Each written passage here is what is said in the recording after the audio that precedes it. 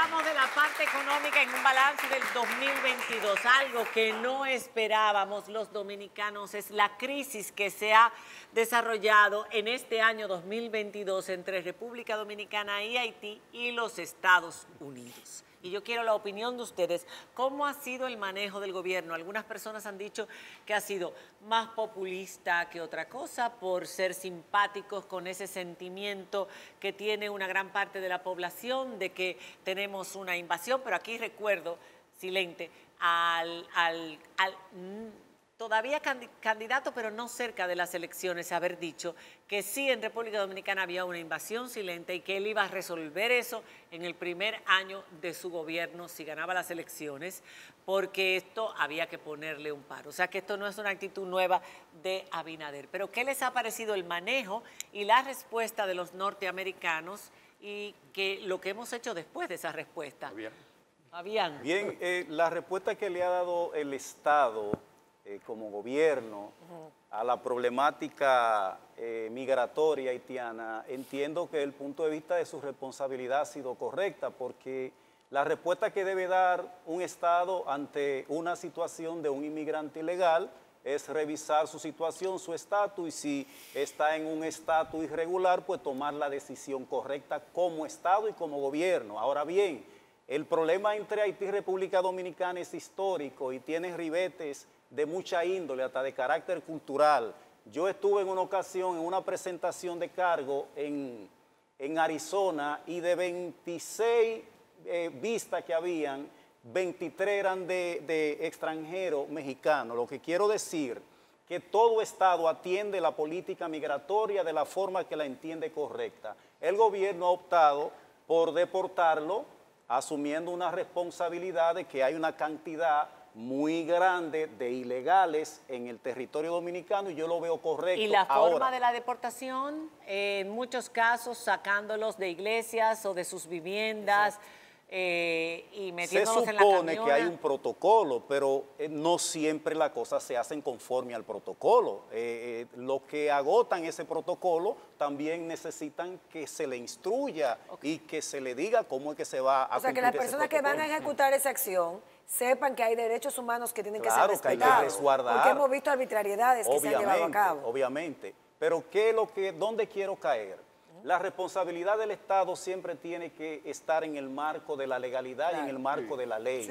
Eso nunca puede evadirse. La ley de migración es clara. Claro, pero ¿qué pasa?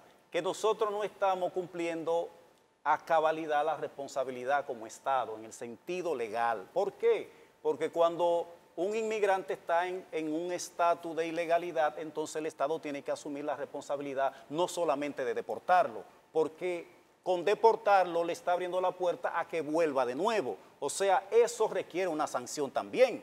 O sea, si usted está en una condición ilegal, a usted hay que hacerle un proceso. Y por ese proceso usted tiene que hacerse responsable, porque usted está de forma ilegal en un estado. Ahora, yo tengo una pregunta, Fabián, y al panel, con respecto al tema haitiano, que es bastante preocupante. Claro. Independientemente de que tenemos que reconocer que la ley de migración debe cumplirse, claro, las leyes están para eso, que la política del gobierno ha sido categórica de defender su territorio sobre la base de la legalidad. Hay un tema que queda abierto, el tema de la frontera.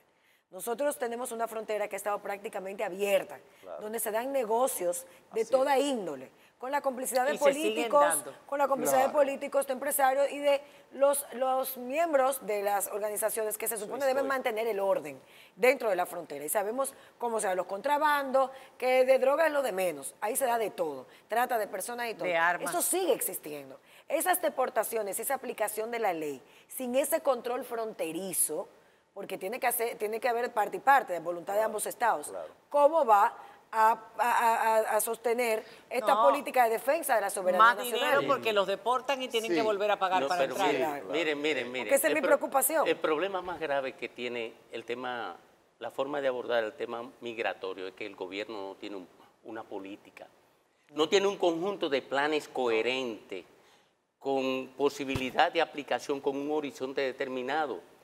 ¿Qué ha ocurrido con el manejo de la crisis haitiana? Bueno, que el gobierno anda a la caza de eventos, situaciones efervescentes para obtener beneficios de imagen. ¿Populismo? Populismo. De marketing. Y un problema tan grande como la problemática haitiana no puede ser abordada de esa forma. Por ejemplo, le voy a presentar la muestra más clara de que no tienen una política coherente para manejar el tema. Primero, una política para abordar el tema haitiano tiene primero que incluir la protección de la frontera. Y usted no puede proteger, Es lo que estoy diciendo. proteger la frontera con un ejército hambreado de gente que no tiene ni siquiera para llevarle comida a su familia, que son los miembros del ejército que están para llevarle comida a su familia, porque la primera invitación que van a encontrar en su trabajo es la invitación a la corrupción. Claro. No puede proteger la frontera con un ejército lleno de hambre. Pero no se le puede echar la canana solamente a los No, miembros voy del a- ejército. no, pero- porque eso no son solamente los responsables. No, yo estoy explicando cómo se construye una política coherente para enfrentar un problema de esa Están dimensión. construyendo una valla. O sea, sí, primero eso, no puede proteger la frontera con un ejército hambreado. Eso hay que resolverlo. Segundo, ¿cuál es la política del gobierno para manejar el tema de las parturientas? ¿Alguien la conoce? No. No la conoce. ¿Cuál es la política del gobierno para manejar el tema de la ley en lo que respecta a la contratación de inmigrantes? ¿La conoce? No. No. Las cuotas. No, yo Oiga, la ley dice que Código de trabajo. no se puede contratar a más del 20%. finales del año pasado, perdón, Domingo, con ese tema de la contratación, a finales del año pasado, recordemos que el Ministerio de Interior y Policía le dio un plazo de 3 meses a las empresas para que regularizaran su mano de obra extranjera. Nunca se supo qué pasó con eso. Pero además, No se ha sometido a ninguna empresa. no además se la sabe si se cuota, regularizó ¿cuánto o no se necesita el regularizó. Estado dominicano Sí. en el sector agrícola y en el sector de la construcción de Correcto. mano de obra haitiana? Primero, esa política debe tener ese componente, el componente de manejo de la frontera, el componente del manejo de la parturienta. Y no existe, nadie la conoce, por tanto el Estado dominicano no tiene una política estructurada para el manejo de la migración. Pero además, ¿tiene el Estado conocimiento del nivel de la migración para ejecutar un plan de deportación o de captura del inmigrante? No lo tiene. Está actuando, se define un nivel de efervescencia, aparece el presidente De forma reactiva. buscando una ganancia de imagen. Y el tema de la petición norteamericana o supuesta petición norteamericana de campos de refugiados haitianos en la frontera mira, y la respuesta del El gobierno problema es que de ignorar a esa este petición. gobierno, entre el momento en que entró y el momento actual, se le cambiaron las reglas de juego. Este gobierno subió con mucho empuje de la idea del trumpismo. No nos olvidemos de eso. ¿Se recuerdan la llamada de teléfono a Danilo y al mismo tiempo ese señor estaba sentado en primera fila y el embajador de China hacia lo último?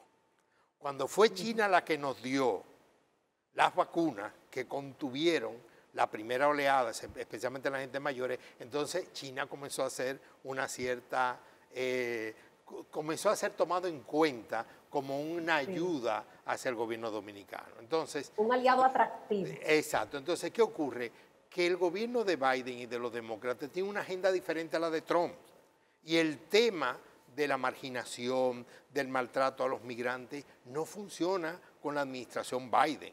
Sin embargo, ¿Ok? ellos lo hacen. Ellos cometen los sí, maltratos. pero lo hacen tal como dice Domingo, tomando en cuenta un conjunto de criterios políticos y cómo se gestiona eso. Recuérdense el caso de Obama. Obama fue uno de los presidentes que así con su sonrisa En la sacó jaula. más ilegales de allá y muy Y en la contento. jaula. Y todo el mundo que lo quería mucho. Sí, pero los haitianos los maltratan. Ahora, ¿qué pasa? En la frontera, el problema es que desde la capital es difícil ver esto.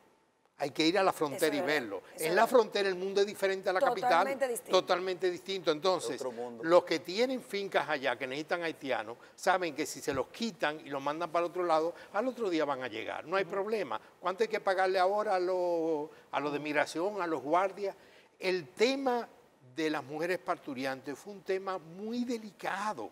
Eso no se hace ¿Qué de esa pasa manera con esas nunca. mujeres, con esos niños recién nacidos? Simplemente se tiraron para aquel lado de la frontera y Dios sabrá qué ocurrió. Y ahora hay una denuncia muy Pero seria. también vinieron O sea, a parir, fue. hay denuncias vinculadas a niños y adolescentes sin sus padres. Pero no se ha Incluso demostrado. Los jesuitas sí, lo están comenzando a En demostrar Dajabón. y lo han Pero hay argumentado una en cosa, Dajabón. porque lo que se Sí. aduce es, perdone que lo interrumpa, es que el Estado Dominicano, el sistema de salud, no puede cargar con la cantidad de mujeres que están viniendo. a Sobre Yo República lo sé, Dominicana. esa es los una hospitales. letanía que incluso no Sí. nos ayuda, porque continuamente cuando están diciendo que ayuden la comunidad internacional, que nosotros no podemos, eso no es, Sí. un Estado moderno no se maneja de esa manera. Yo ahí suscribo mucho lo que dice Domingo, o sea, se necesita una política bien establecida. Por ejemplo, cuando el presidente se puso a decir, ahora es que vamos a sacar más gente, no, usted ni saca más ni saca menos. La ley le dice a quién tiene que sacar.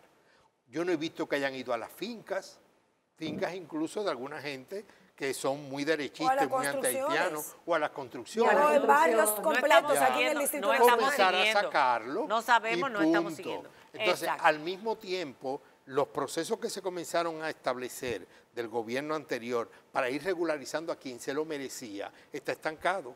Incluso tengo entendido que la oficina que debía de gestionar eso está cerrada. Pero hay Y una, hay aquellos- una situación Ahora, hay- también que hay que tomar en cuenta. O sea, vamos a imaginar que el gobierno elabora un plan dentro de su política migratoria y lo va a poner en ejecución. ¿Cuáles son los actores válidos de Haití con lo que él va sí, a no. tratar No ese hay. tema? No Haití hay.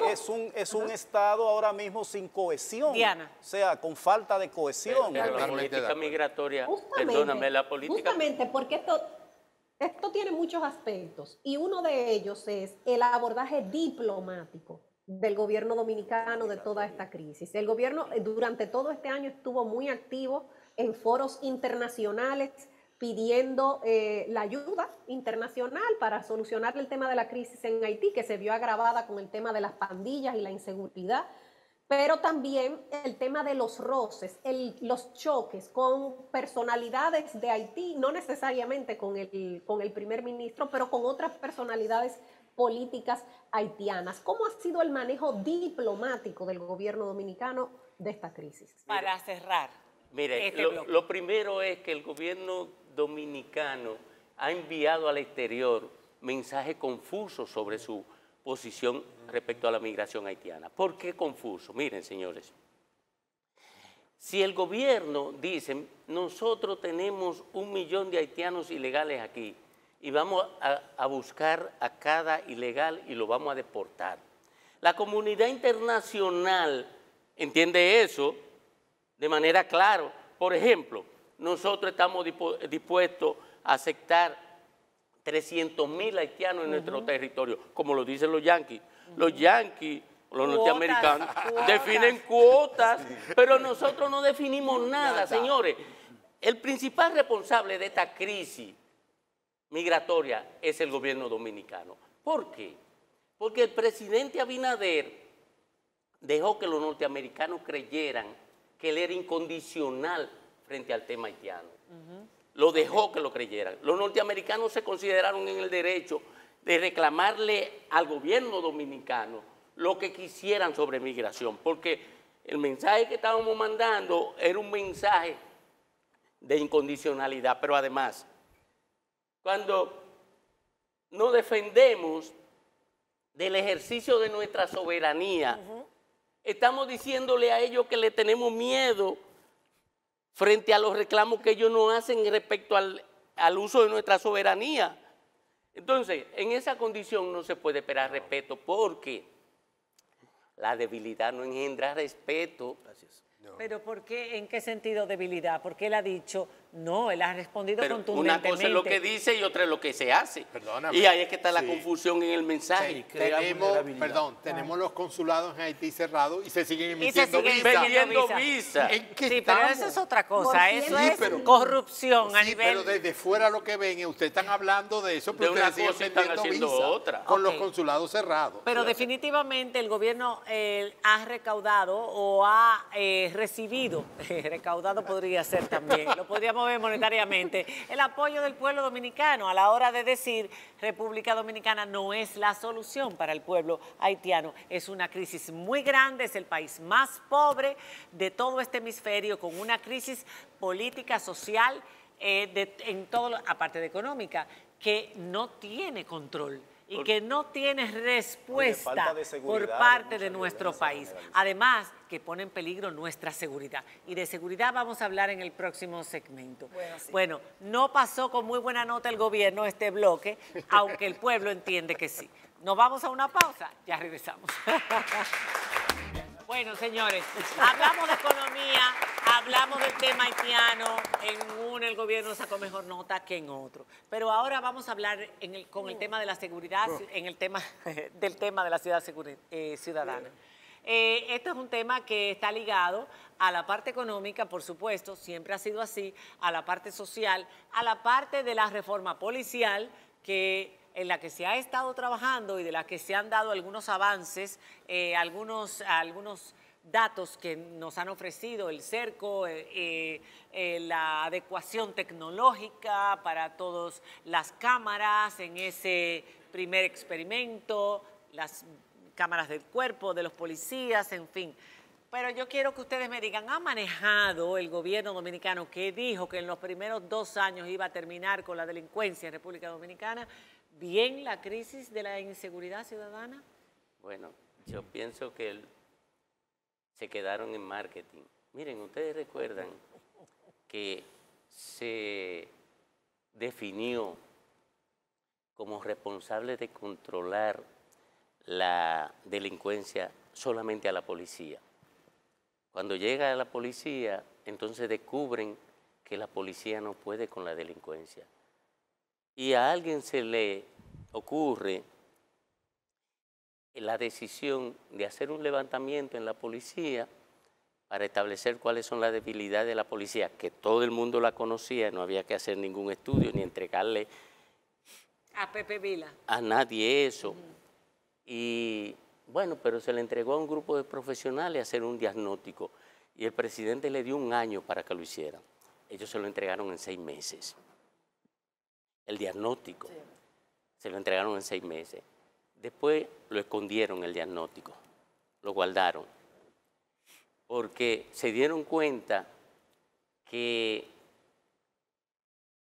no tenían la entereza para iniciar el proceso de reforma policial, porque no querían atacar los intereses creados con una estructura de un generalato corrompida. Dentro de la policía. Dentro de la policía. Sí, claro, pero eso han no se sacado No, generales, lo han puesto en retiro, Sí, pero generales corruptos. Pero eso es insignificante en términos de procurar elevar la efectividad de la policía. ¿Qué ha impactado? La policía, es más, el primer error fue que nombraron al general que podía hacer la reforma y lo quitó Chu. ¿Por qué? Porque no querían asumir la responsabilidad del deterioro social que generó el deterioro de la economía. Yo lo advertí después, en medio de la pandemia, que venía esa ola delictiva, porque eso normal. Es normal. Es un rebote. Ahora, ¿qué era lo que tenía que hacer el gobierno para ayudar a la policía? Exacto. Impactar aquella zona que habían resultado más dañada por el tema de la desestructuración de la economía y el frenazo que sufrió la economía. ¿Con qué? Con medidas de corte económica que abrieran puertas para que los jóvenes se incorporaran a la economía. Y no lo hizo. Esto está en la prevención de la delincuencia. Claro, o sea, ¿cómo vamos a prevenir que continúen? Pero se dignificó el salario, se está dignificando, por ejemplo, el salario de los policías. No, pero esa es una cosa. Eso es otra cosa. Que eso también influye dentro de la estamos labor que hablando de deben las ejercer. comunidades. ¿Qué hacer en las comunidades? Pero ¿qué hacer en las comunidades que de donde salen los delincuentes? Exacto. ¿Qué tenía que hacer el gobierno? Pero En mi esa opinión. dignificación salarial, perdón, Domingo, de esa dignificación salarial, en ese policía que está en esa comunidad, que está expuesto también a ser corrompido, a veces la cantidad de necesidades que se tiene lo llevan también a ese tema. Sí, pero la corrupción en el policía se da desde las por fuentes supuesto. económicas más importantes, el Estamos de acuerdo. narcotráfico. El narcotráfico, básicamente el microtráfico en los barrios. No, y de los narcotráfico, pueblos. la delincuencia en alto nivel. Y tráfico de relaciones. Porque el que corrompe la policía no es el que se roba un celular. No. Él está hablando de que no se ha trabajado en la prevención de la delincuencia, que es un asunto que va a tomar años, pero es invertir en nuestros barrios. Sí, Hay que pero invertir perdón, cultural, hay un deportiva, comentario En todos los educacionalmente. sentidos. Sí, entre ese diálogo entre Farid y Domingo, permítame un comentario. Ya nosotros vimos una experiencia anterior a esto, que fue el caso de los maestros. A los maestros del sector público se les mejoró sustancialmente el salario y no ha habido una mejora en la calidad educativa. Pasará lo mismo cuando comencemos a hacerlo con las enfermeras también. O sea, señores, no se crean que porque a ti te paguen más, te va a ser más luminoso, no, claro más brillante. no. Entonces, la educación, perdón, la formación. reconozco que todo el mundo merece un salario justo, lo reconozco. Ahora, el problema es más serio. Y en el caso de la seguridad, en democracia, la tendencia tiene que ser a prevenirlo, con políticas hacia juventud, etcétera, y no simplemente represión. No es perseguirlo y judicializarlo. No, porque todo lo que el mundo dice, recuérdense que hasta la pobre primera dama lo dijo en un momento y echó para atrás, macana, no, esto no es un problema de macana. No. Pensarlo de esa manera es horrible. En el momento presente, por supuesto, hay que actuar sobre lo que existe, hay que proteger a la población y hay que hacerlo con 24/7, con patrullaje de 24/7, con una policía más especializada, mucho más sofisticada, más educada, que eso es un proceso que también va a tomar años. Sí. Pero definitivamente lo más importante es la prevención, invertir en los barrios, darle oportunidades a los jóvenes. Sí, pero ahí hay un... Pero hay un en tema, las escuelas, en las escuelas. Hay un tema también del sistema, de cuando es aprendida una persona que ha cometido un acto delincuencial, la policía lo aprende, actúa justamente. Cuando va a la fiscalía, los hay jueces. un problema entre fiscalía y jueces, los jueces. A veces que sí, pero ya, y tú ves gente con 8, 9 fichas que están sueltos. Claro, una justicia muy garantista. Si nosotros lo vemos de forma integral el problema, tenemos que tomar en cuenta varios factores. El primero es cuál es la policía que nosotros tenemos, por ejemplo, cuál es la vocación de la policía que nosotros tenemos, su naturaleza. La policía que nosotros tenemos hoy en día es la misma policía de Trujillo, o sea, no ha variado en nada. Ahora bien, ese policía se comporta en función de unos parámetros que es por lo que él tiene que responder, o sea, ese policía es reactivo. Tú no puedes pedirle a un policía que tiene una cultura de ser reactivo para que se comporte como un policía preventivo. No va a hacerlo. Muy bien y hablo por ellos. Sí, pero es la minoría. Hablo por ellos porque me da mucha pena, a veces hasta débiles ante los delincuentes y los violentos. Ahora, ¿ustedes saben cuáles son las sociedades que tienen menos delincuentes? Las sociedades menos desiguales. Claro. O sea, tú no puedes pretender que aquí no estemos llenos de delincuentes si somos una de las sociedades más desiguales del mundo. Oye, del mundo. Y este gobierno, y ustedes verán eso dentro de 4 o 5 años, se lo estoy diciendo hoy, está fomentando la desigualdad en niveles más altos, porque esa política del fideicomiso no es más que la concentración de bienes en pocas manos. Oye, ese fideicomiso no es más que la transferencia de propiedades colectivas a sectores, a individualidades, y eso va a generar mucho más delincuentes que lo que tenemos hoy. Nos tenemos que ir a una pausa, vamos a cerrar y vamos a ver si nos toca el tema judicial, qué podemos esperar del 2023 y económicamente qué podemos esperar, porque nos han dicho que viene el cuco, porque si nosotros creíamos que lo habíamos visto, todavía hay otro más grande. Ahora vamos bien. Ahora vamos bien. Ya, bueno, no, ya lleva 2 quemados. O bueno, casi quemados. ¿Cuándo regresemos de la pausa? Dicen que el que mucho abarca poco aprieta, pero nuestras mesas siempre son así. Y además estamos hablando de un balance de todo un año. Es muy difícil resumirlo en tan poco tiempo. La parte judicial se nos quedó, pero si se esperan nuevos casos, sí sería bueno saberlos rápidamente, porque hasta ahora inicio de los procesos de los juicios de fondo son muy pocos. No hay. Pero habrán. Claro.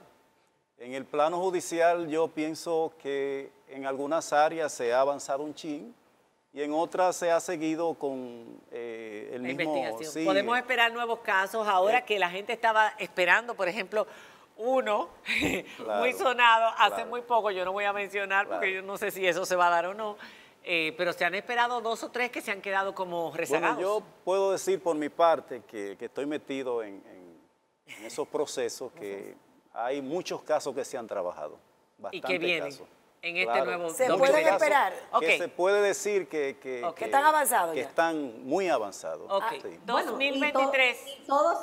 y todos los casos que fueron sometidos en el 2021, principio del 2022, que duraron el tiempo que le ha dado los tribunales de investigación, evidentemente esos plazos se van a ir cumpliendo y esas acusaciones va a haber que presentarlas. Es bueno, conforme a lo que ha dicho, que en Latinoamérica, y de eso se habla poco, no es para ponerle un punto a su favor a la actual gestión, para nada, pero las cosas hay que decirle. En Latinoamérica el único país que tiene escarceo en caso de corrupción de mucha relevancia es República Dominicana, en la actualidad.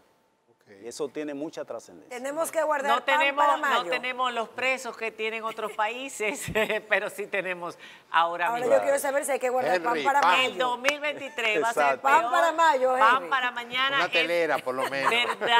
Va a comenzar a guardar telera. Que la economía se va a ir al suelo, que la crisis va a ser mundial, que guarden el dinero, que lo que viene es... Entonces, la mala y la buena para República Dominicana.